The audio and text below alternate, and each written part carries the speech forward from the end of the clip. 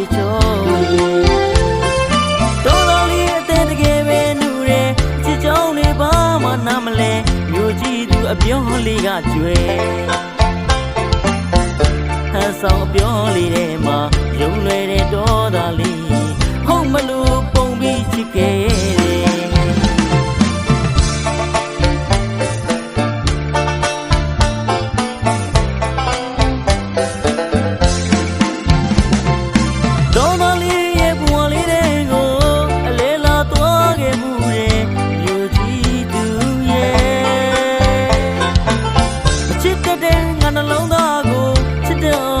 ပေးသွားတယ်မြို့ကြီးသူမ